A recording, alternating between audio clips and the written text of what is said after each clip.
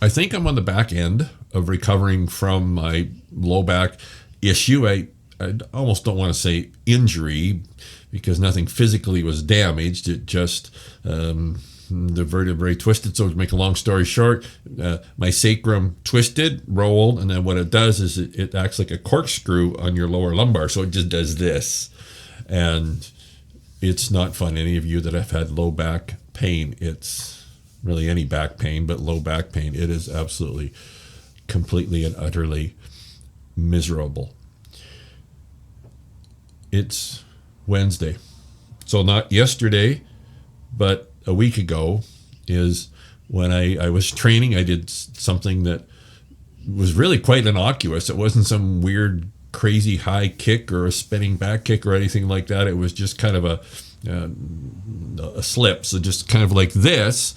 And just I done it 1,000 times before, but this time when I did it, I felt something in my L345, so lower back, right hand side. That was, well, so not 8 days, I guess, ago. Here's the thing. When things like this happen, so whatever it is, whether it's something physical, whether it's something in your external circumstances that changes and shifts and goes from sort of here to here. So for me, in about that fast, because during the whole training session, I was feeling great, had felt great. I was telling people how my back was just perfect and great, and my hips were opening up and flexibility, and my kicks were getting higher, technique was getting better. There was more force, more power, which I think is something that I've learned from this topic for another video. And then just like that, everything changed, just like that. And then what happens is, I don't know which day it was, day 2, day 3, day whatever. And we're talking 8 days. Like that's, in the whole scheme of things, that's just a flash, isn't it? But what happens is when we experience these limitations, our perception of time disintegrates. I'll say that better. Our perception and experience of time passing disintegrates. In that, whatever, day 2, day 3, whatever it was, it felt like I'd had this pain, this immobility forever. Even though consciously, cognitively, I knew it had only been, whatever, 2, 3 days. But it felt like it'd been forever. And then you see what happens is, you look back, and I mean, the whole scheme of things, this is incredibly minor, but it's still relevant, right? I look back to, let's see, who I was, whatever, 9 days ago, and then who I was, and it seems like it's so far away.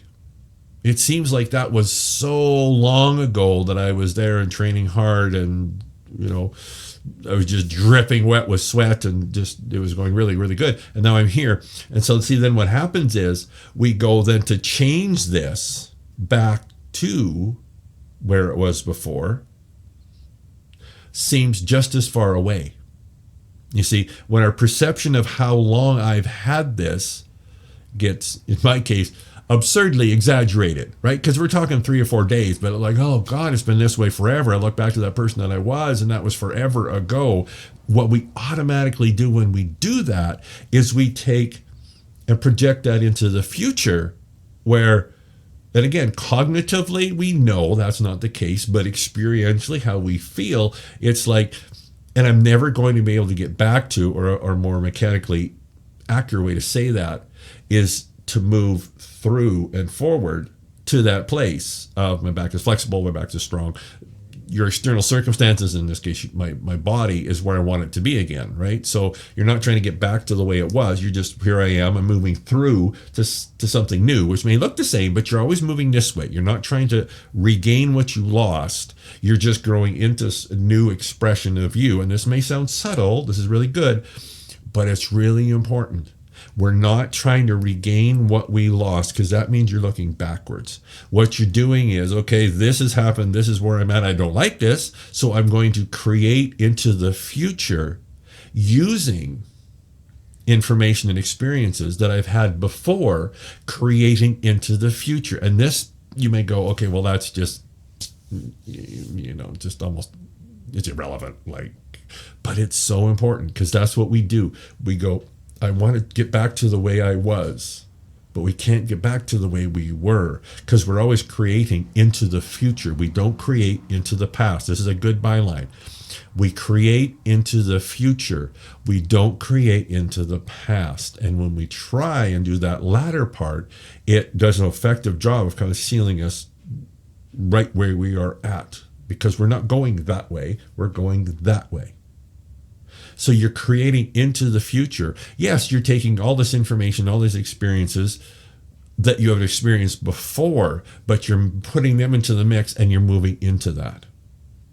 Again, this may sound subtle, but it's hugely important, because you're creating new. You're creating new. You're creating new. You're not creating past. You're not creating past. You're taking all that information. So with me, it's not, and I really have to pay attention to this. It's not like I'm stuck here, nothing going to change, I'm here forever, I want to try and recreate this past thing. It's like, okay, this is where I'm at. It is, I know this is, I almost hate saying these things, but I'm where I am. There we go, right?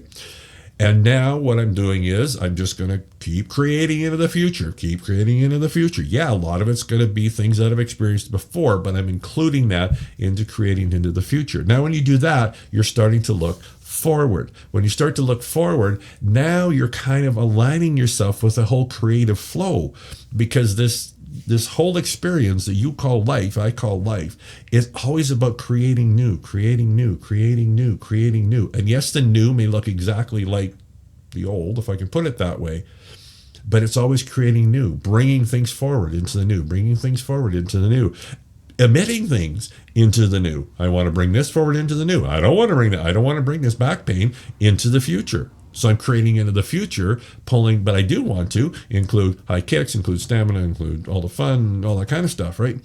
But I'm including that as I create into the future. This is subtle, but it's huge. If you're in, and if you're not, you're going to be, and you probably just come out of it. Like, there's not one of those three stages, right? I either come out, I'm in the middle of it, or I'm getting ready to go into one. Those, then shit happens. And we slip into that. First of all, I'm going to be here forever, and I'm just trying to get back to the way I was.